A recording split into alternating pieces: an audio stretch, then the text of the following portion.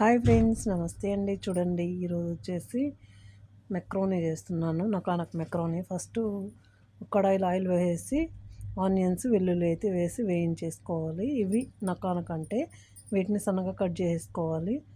Onions వేగిన తర్వాత టమాటాలు అయితే కొంచెం మిక్సీ పట్టేసుకొని అలా వేసేసుకొని కొంచెం టమాటా పేస్ట్ కూడా వేసుకొని బాగా పచ్చివాసన పోయేంత వరకు వేయించుకొని అందులో ఒక క్యాప్ మాజీ అయితే వేసేసుకోవాలి. ఓకేనా. క్యాప్ మాజీ వేసేసిన తర్వాత బాగా కొద్దిసేపు ఫ్రై చేసుకొని ఈ నకానక్ పీసులు అయితే వేసేసుకోవాలి. నకానక్ పీసులు వేసేసుకొని కొంచెం కర్రీ పౌడర్ అయితే వేసుకొని కొంచెం సాల్ట్, అలాగే టేస్ట్కి సరిపడ్డ కొంచెం అండి టేస్ట్ కోసం కారం అయితే వేసేసుకొని అలా మిక్స్ చేసేసి ఈ మెక్రోని ఉడికించుకోవాలండి. కొంచెం సాల్ట్ వేసి అది అందులో వేసేసి మిక్స్ చేసుకోవాలి. తర్వాత కొంచెం కొత్తిమీర వేసి సర్వ్ చేసుకోవడమే. ఓకేనా. చాలా టేస్టీగా ఉంటుంది. చూడండి, వేడిగా చాలా బాగుంటుంది. ట్రై చేయండి. Thank you for watching. Please subscribe my channel.